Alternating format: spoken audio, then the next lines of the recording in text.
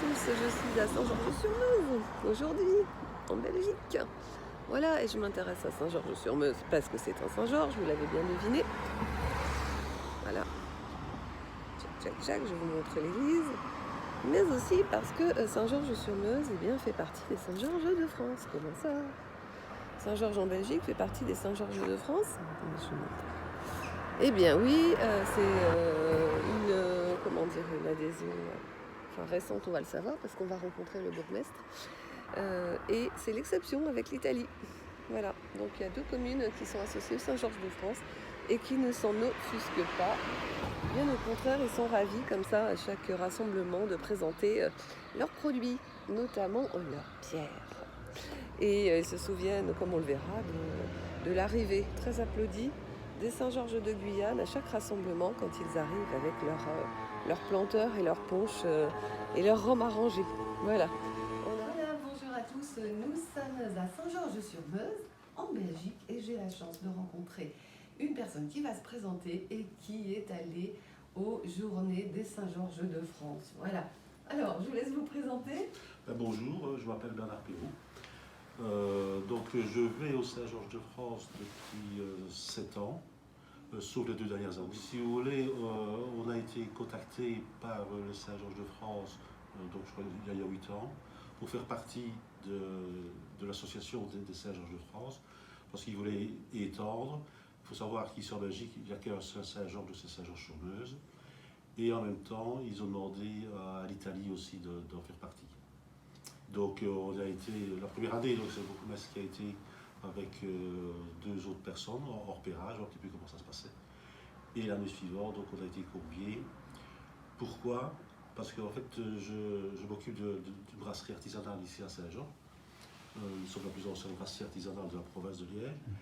Et l'intérêt aussi des Saint-Georges de France, c'est que le dimanche, donc ça se passe sur 3 jours, mais le dimanche, il y a un marché du terroir où chaque Saint-Georges vient avec ses produits propres. Donc il y a 69, je crois, Saint-Georges de France qui participent. Vous avez 69 au bêtes avec les produits.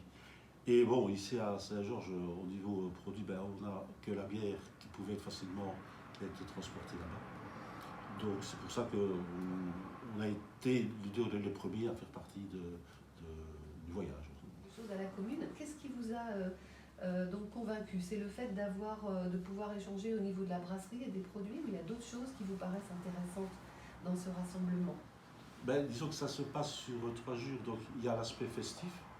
Il y a donc le vendredi, le samedi, le dimanche. Donc il y a l'aspect festif où là, donc on se retrouve tous au repas. Donc c'est un peu phénoménal, il faut voir ce que c'est.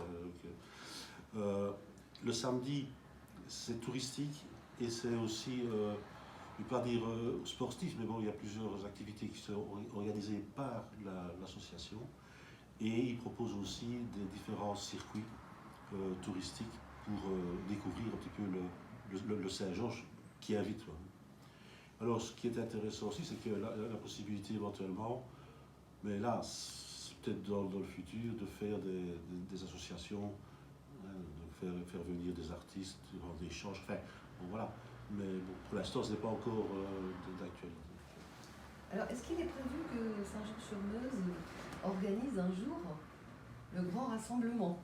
Ça avait été prévu pour 2022, mais tout est décalé et bon, je dis que maintenant on ne sait pas très bien, on ne sait pas comment on vit. J'ai remarqué que ça faisait connaître vos produits, qu'il y avait plus de gens qui commandaient maintenant la bière ici. Je dis, bon, sur le week-end tout part, donc ça c'est pas un problème.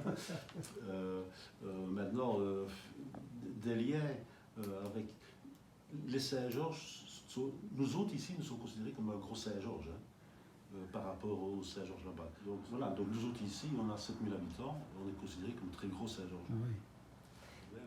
Et les produits de Saint-Georges-de-Yapoc en Guyane, vous les connaissez? Oui, on a goûté leur punch, voilà.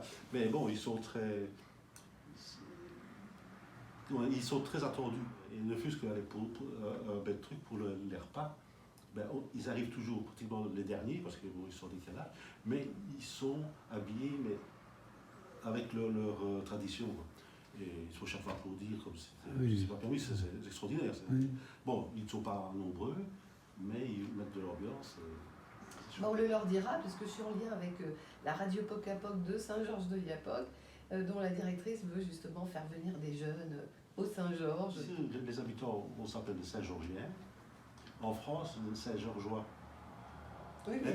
Donc déjà, avec ce nom-là, bon, on est déjà différents. Mais chacun a ses traditions par rapport au dragon, par rapport à la commune. Quoi. Mais nous autres, la première année où on était partis, il faut savoir qu'ici on a un musée d'archéologie lesbienne. Et le conservateur était venu avec nous et il a fait, je veux dire, pendant le dimanche, donc on avait pris avec nous dans le stand, et les Saint-Georgeois étaient très étonnés de la culture, etc., qu'on avait ici, hein, ne plus qu'au niveau de la terre.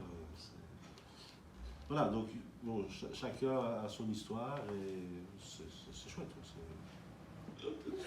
Merci beaucoup, je vous remercie vraiment. Je suis très heureuse d'avoir pu rencontrer quelqu'un qui a participé à ces fêtes-là et qui nous a expliqué comment ce ralliement s'est fait à l'Association des Saint-Georges de France. Merci beaucoup. Ouais.